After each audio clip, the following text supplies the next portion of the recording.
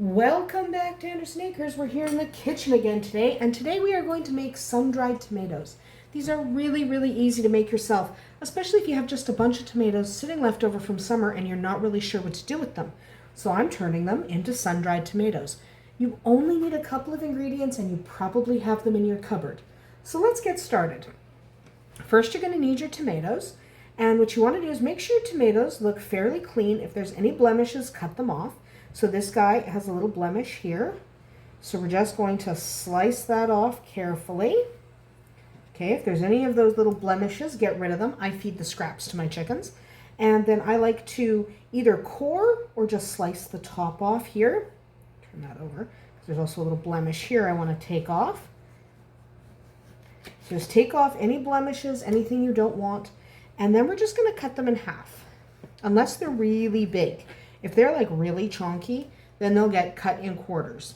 But you take them, skin side down, place them on a pan.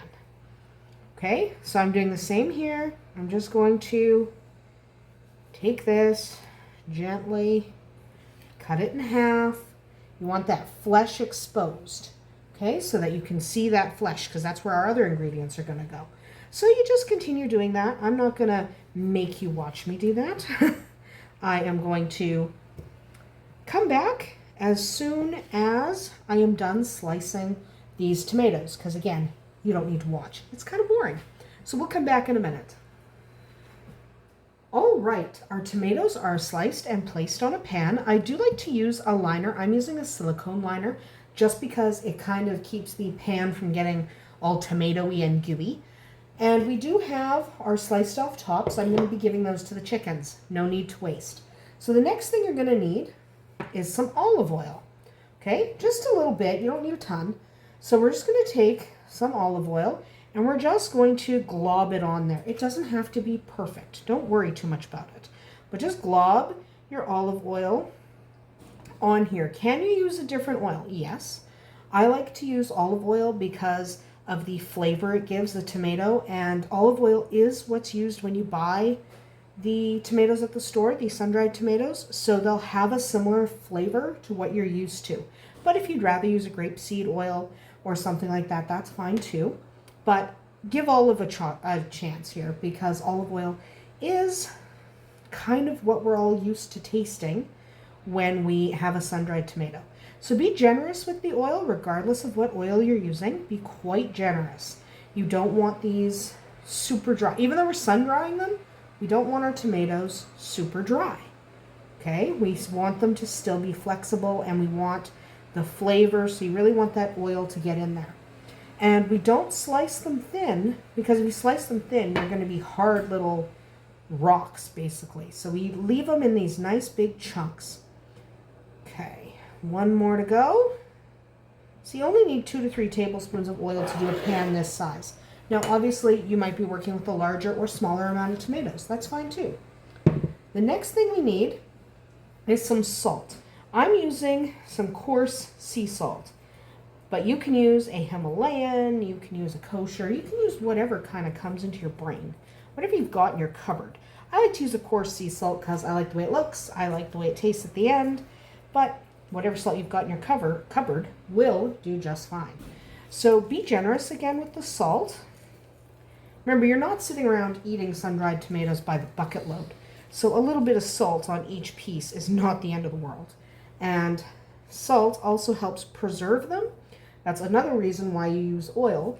Oil and salt will help keep these better for longer so they don't spoil too quickly. But you still don't want to be like crazy salty. So that's why we do thicker chunks and just a sprinkle on top of each one. Okay, so salt on the top. It can be sea salt. It doesn't matter which salt. You can use table salt if that's all you've got. It doesn't really matter. I just prefer a nice coarse sea salt. Here we go. A little more in this corner. Okay, there we go. Salt is done. Now here's where you use your herbs. I like to use just oregano, but you might decide that you want basil or thyme or rosemary. You can do basically any herb you like Do use dried herbs, not fresh, because these have to go in the oven or the dehydrator or whatever. But if you are using a fresh herb, they tend to catch on fire because these are going to be in there for a long time. So use a dried herb for best results. I'm using just oregano. I'm not going to put anything else, but basil, even Italian seasoning, if you like multiple herbs on your sun-dried tomatoes, you can do that. It doesn't really matter. So that's what I'm doing, is just oregano. And a little bit more on some of these ones. I like to go pretty heavy on the oregano because I do love oregano. Okay, there we go. Okay, that's it. That's literally all the ingredients we need. So now we need to dry them.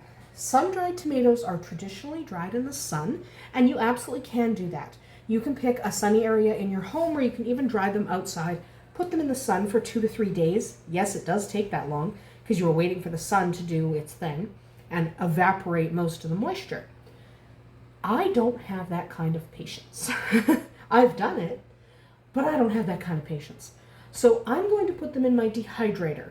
So my dehydrator runs at about 150 degrees Fahrenheit, a little lower, 140, somewhere in there. And it takes about, I don't know, up to 5 hours, depending on how much moisture is in your tomatoes, in the dehydrator. I like running them in my dehydrator. That is my preference. You can also do them in the sun, or you can do them in your oven. If you're doing them in your oven, pick the lowest temperature your oven is capable of maintaining. That's usually like 170, somewhere around there, Fahrenheit. Maybe your oven has a warm cycle, so you can keep the temperature low. If you can keep the temperature around 150, you should be fine. If it's a little bit higher, you're going to have to check your tomatoes more frequently. I check frequently anyway. Even in my dehydrator, after about 90 minutes, I start checking every hour because I absolutely don't want them to get really, really hard and brittle. What you're looking for is that traditional leathery texture. So we're going to pop these in the dehydrator. It'll probably take 3 to 5 hours. You're never really sure because the amount of moisture in your tomatoes is kind of a wild card. So you start checking them, keep an eye on them, and sometimes you take them out early, sometimes you let them go a little longer. So I'm going to pop them in the dehydrator. I'll start checking them at the 90-minute mark. All right, so our sun-dried tomatoes are not done. They've been in for 3 to 5 hours, and this is when I like to change my liner. Because if you look, these little guys are almost done, but they get really wet on the bottom. So what I do is I just take everybody and I move them to a new pan. And this is where I start picking out the ones that I'm pretty sure are close to done. So these big ones are pretty squishy still.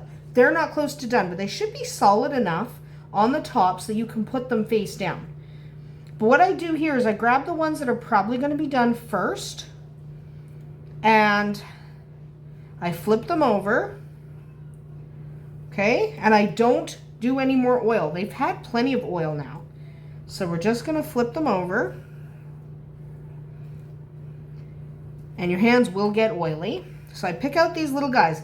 See, they should be leathery, not crispy. So these guys will finish getting leathery on the bottom faster than these big guys because these big guys aren't leathery at all yet.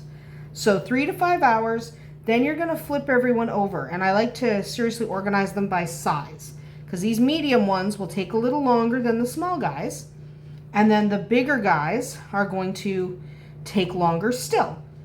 So now I'm just going to, roughly organize them. You don't have to be perfect, but roughly organize them.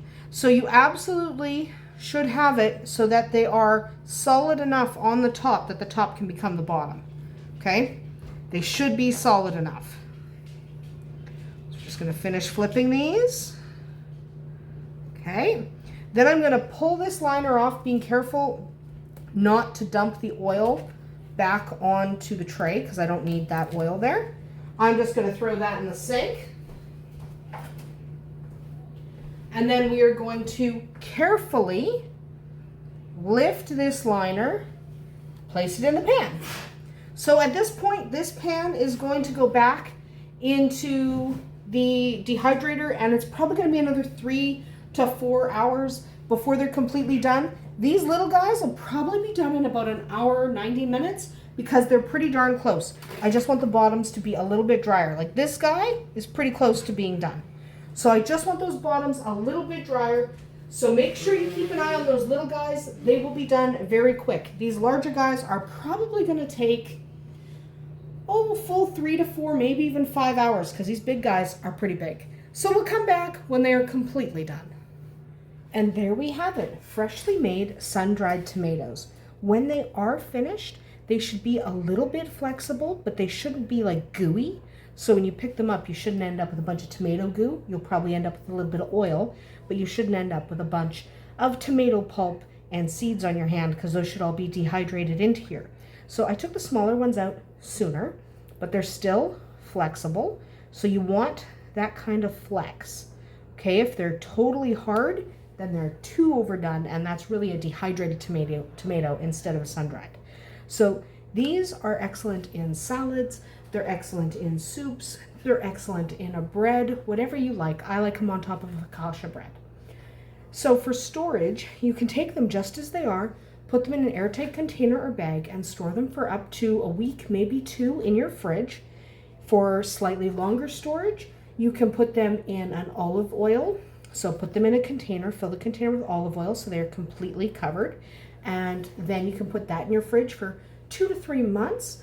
For a longer term storage, you want to put these in an airtight container or bag and then freeze them. If they're in your deep freeze, they can probably last 9 months to a year. These won't last very long. In fact, you'll notice there's some missing because as I was taking them out of the oven, people were taking them to put in their dinner. So I don't even have as many as I started with.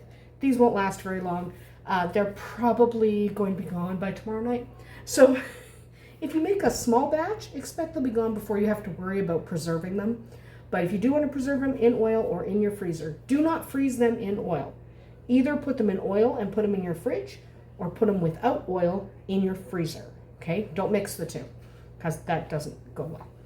Anyway, that is about it for us here today at Andersen Acres. I hope you enjoyed making sun-dried tomatoes with us. We'll see you tomorrow.